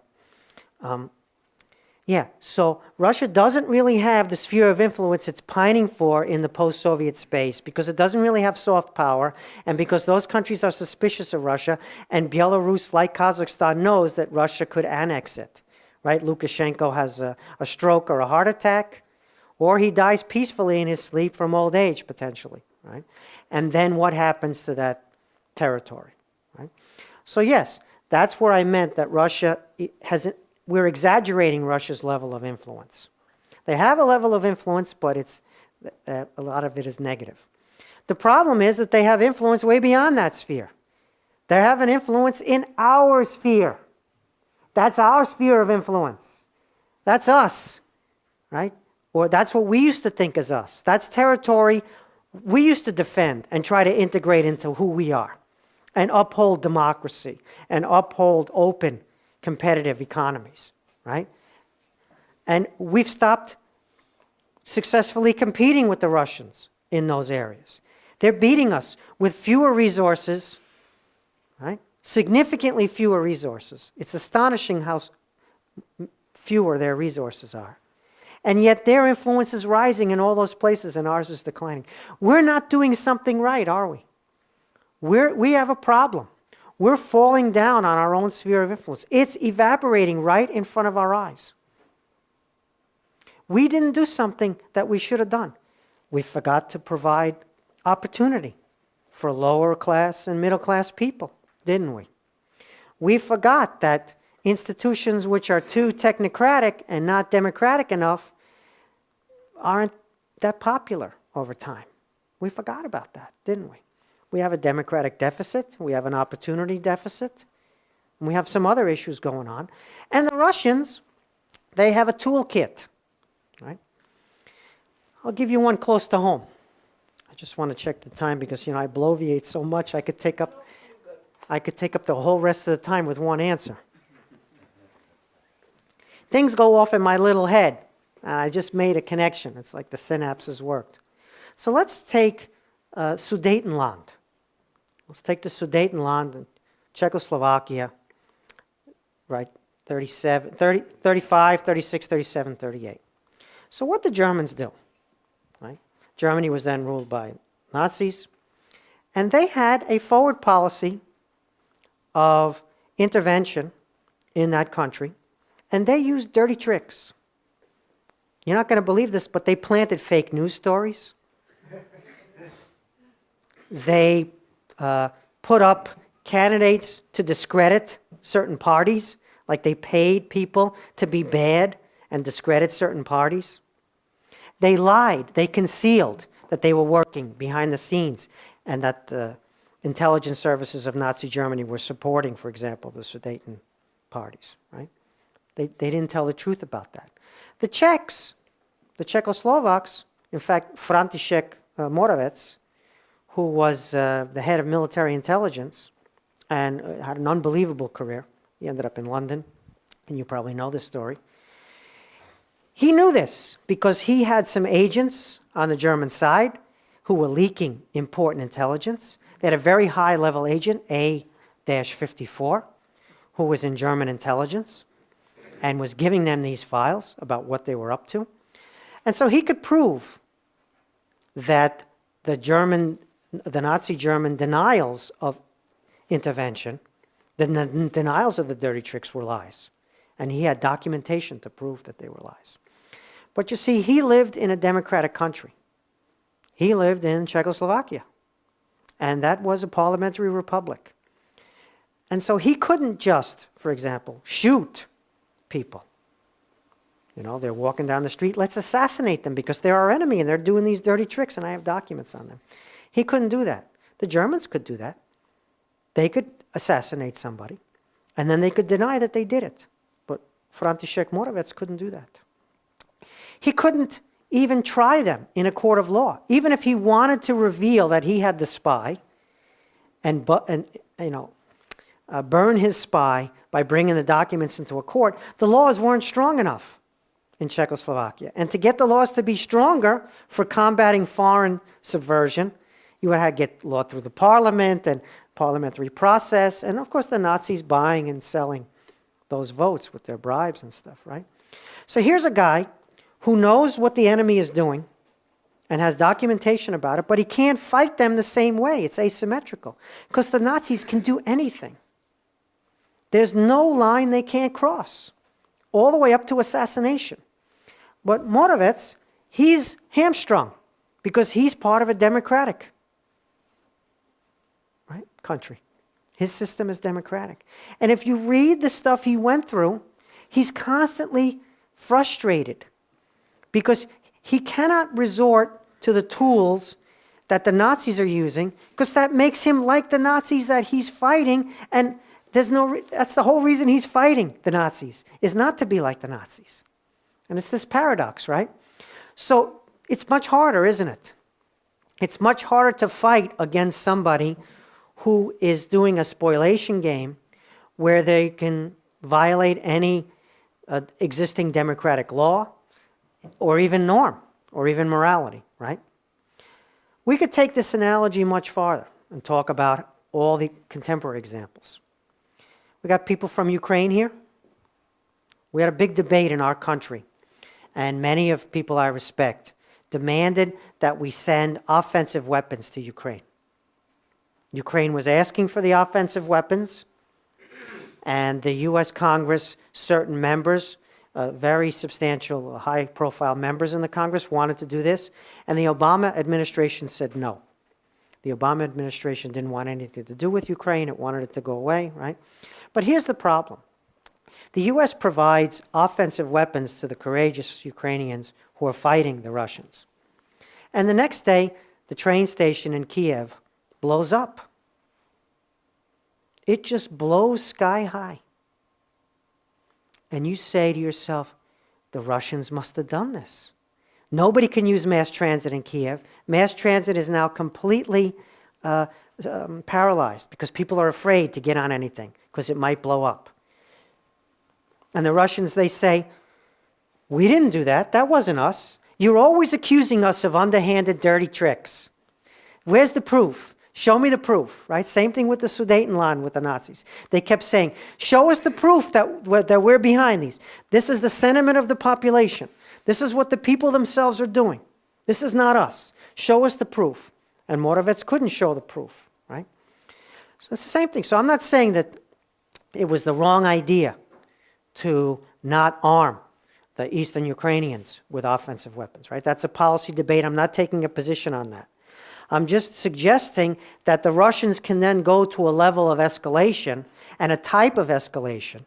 They can blow up the airport in Lviv. They can blow up, the university. They can bomb a hospital from the inside, covertly. They can do all this stuff, and then they can deny it. They can shut down the electric grid, right, and then deny it. Right? Now, would they have done that? I have no idea if they would have done that. Maybe they wouldn't have done that. Maybe I have a jaundiced view of the Russians. Maybe I'm being unfair to them by thinking that they might resort to this type of behavior. All I'm saying is that, so the problem is such, right?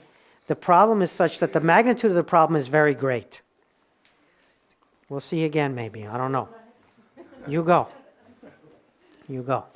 So we need to understand that that's the problem, and we need to have the will to combat it, and we need friends and allies to be involved, and we need to create a situation where people look at us again and say, that's the way I want to be.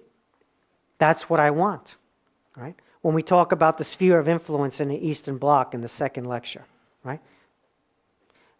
There was a reason that people wanted to be that way, and it's because there was something exemplary about it. But if, you're offering them maybe less than that, you're offering them a very unequal society, or you're offering them lack of social mobility, or you're offering them a democratic deficit, or you're offering them a currency union without a fiscal union, or, you could go on. Right? You could, once again, I'm not trying, this is a nonpartisan discussion. Right? I'm not a member of any political party, and I'm not taking any political positions here. I'm just talking about we either defend our values, we either go on the offensive, we either take them on, or we don't. And don't tell me it's hard. It is hard. I know it's hard. Because they can resort to things that we can't resort to and still be ourselves. Right? So that's the challenge. The challenge is, the Russians are in France. Who else is in France? What are the French doing themselves? And what are French allies doing? Right? Now, this is a collective, multi-generational, like the Cold War, mobilization on behalf of a way in life and values. Now, every time you do something, like you invade Iraq, right, without proper justification potentially, right? Every time you do something, you destroy some more of your credibility and authority. And like I said with the opening Gorbachev-Trump example, right, that's the world we're living in now. So it's sort of doubly, triply, quadruply, thousandfold incumbent upon us to defend those values, to call out what's happening, to say who we are and what we are. Right? Otherwise, what we're doing is participating in the self-unraveling of the West. Go ahead. That's sort of the base of my question. Why is it that so few of the American elite seem to be alarmed or surprised about the fact that Trump, for instance, has this strange relationship with Russia? I mean, with the limited exception of people like John McCain and Lindsey Graham, very few have spoken out and said, isn't this a bit strange that this guy cannot bring himself to criticize our geopolitical adversary, whether you believe that they have a sphere of influence or not, but the people, a country that shares so little of our values? That's a really long answer, potentially. But is it surprising to you? Part of the answer is that more people are upset than you think. Part of the answer is that you need alternatives. See, politics is not about ideal leader and then the leader we have. Politics is the leader we have and then the alternatives who are real people. Right? So Trump won 63 million votes and more than 90% of the registered Republicans who voted. So you can say to me, Clinton won more than 65 million, etc. Well, so Clinton won 4 million more than Trump in California and 2 million more than Trump in New York. So you subtract New York and California, and Trump won by 3 million votes. Trump beat 16 challengers in the Republican primary. Right? And I got to tell you, Trump has an electoral base. Moreover, that electoral base is part of a majority in the Congress, both in the House and in the Senate. And if Trump takes away that electoral base by exiting that party doesn't have a majority potentially anymore. So there is, on the one hand, more courageous behavior than you think, On the other hand, there is also a significant understanding. If you've ever been in electoral politics, you know what it means when someone commands an electorate potentially greater than yours, including within your own party. And of course, there's a certain amount of opportunism, because some of the things Trump is doing are clearly things that members of the Republican Party have long dreamed of. Deregulation, right? Appointment of a literalist conservative Supreme Court justice, potentially, right?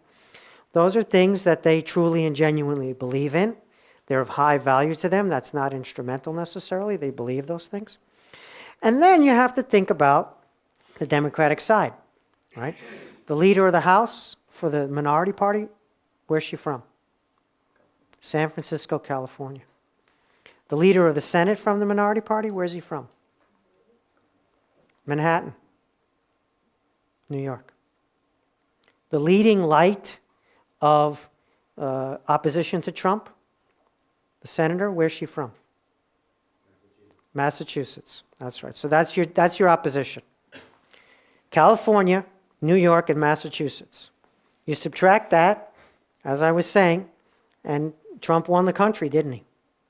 And so the alternative party is putting up not anything representative of the nation, where the people live, where Trump got his votes. Right? They're putting up other things. And so, in politics, you need viable alternatives. I feel that, Trump represents a significant part of the United States. There's no question. When I said that populism is not only pejorative, right? It's the same thing with the Brexit campaign. I'm on record saying that I applauded the referendum and that I accept the vote because it revealed the sentiments of large numbers of people whose voices and views were otherwise invisible and would still be invisible today. Now, you can say the campaign was mendacious. Yes, it was mendacious. I've seen a lot of political campaigns. I've seen very few that were honest. This one was also mendacious, right? And I saw a lot of people who had no voice get a voice because of that, quote, mistaken referendum. And Trump did the same thing with the American electorate. He revealed huge numbers of people, large constituencies that were buried by the political system because the political system had failed them. And they were right. They had nothing to expect, 100% failure to vote for anybody else. And with Trump, likely 100% failure too, but possibly not, possibly something. When you have nothing to risk, when your risk is zero, meaning it's 100% bad, right? It's 100% bad with everybody else, but it could be a little bit better than that or maybe a lot better than that with Trump. And they're still with him to this day, even though there's no functioning administration in Washington, right? So there's a complexity to the Trump phenomenon that we haven't wrapped our arms around, and there's a failure of alternatives that was there before Trump was elected and is there now, right? And there are structural processes going on that predate Trump that he is accelerating but didn't create. And there is no, it's very early in the game. And even though there hasn't been a realignment of the system yet, as I opened with, Trump could possibly precipitate a realignment. His very incompetence and nihilism could potentially precipitate the realignment, right? So the Trump story, early, still unfolding, not one-sided, and scary.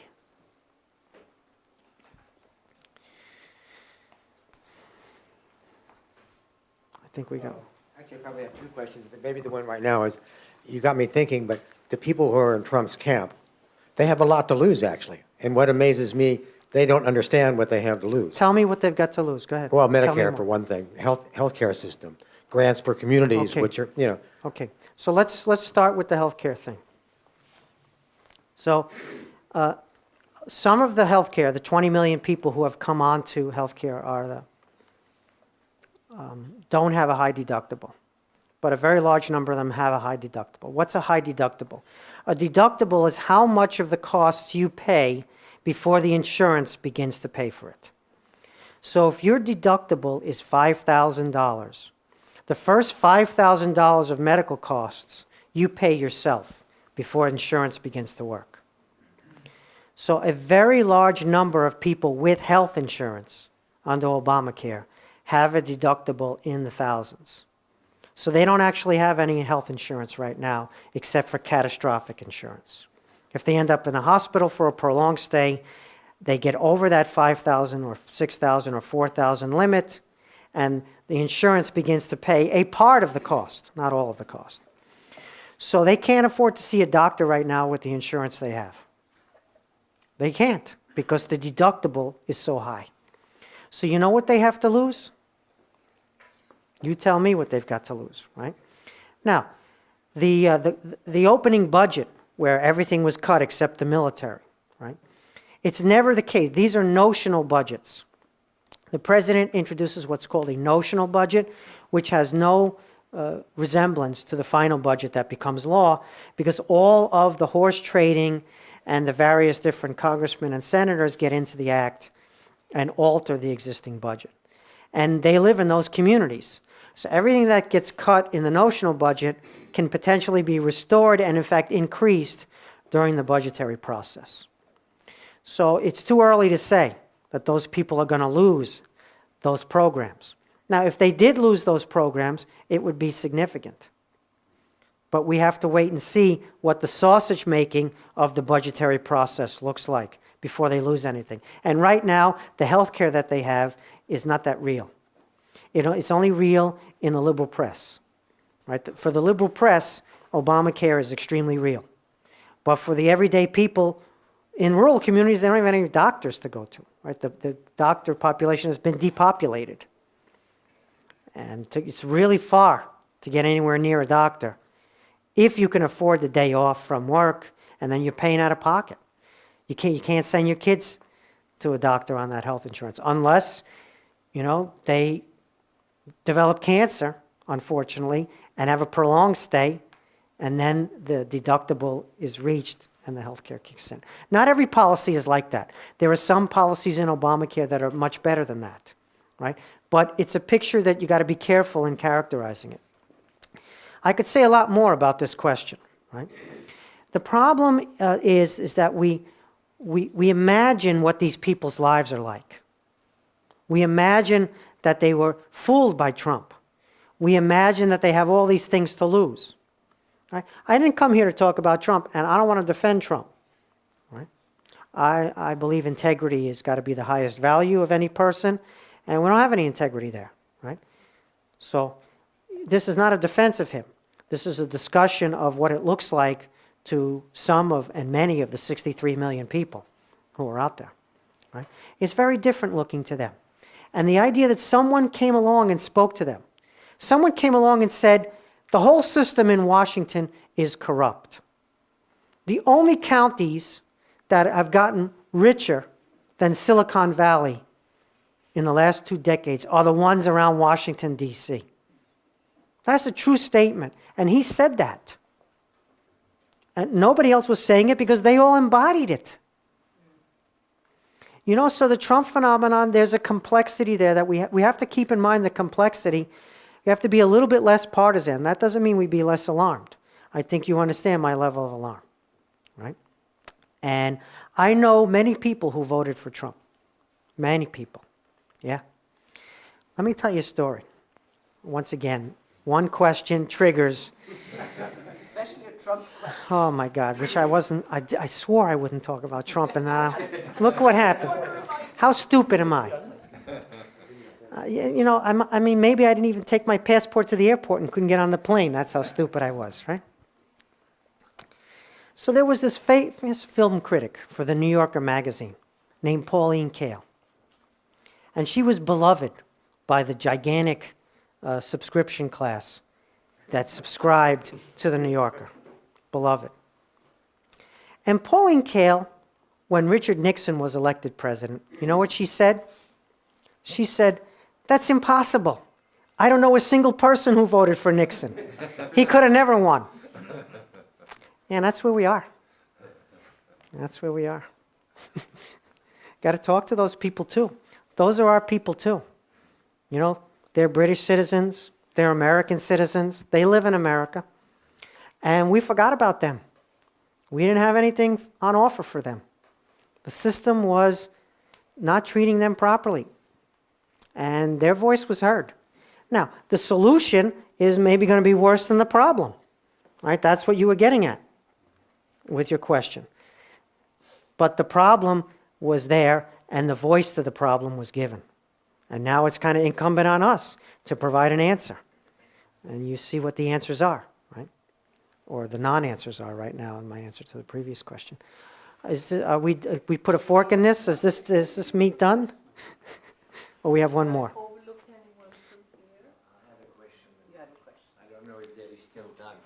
I'll make it short. There's time for the question, but not for the answer. Okay.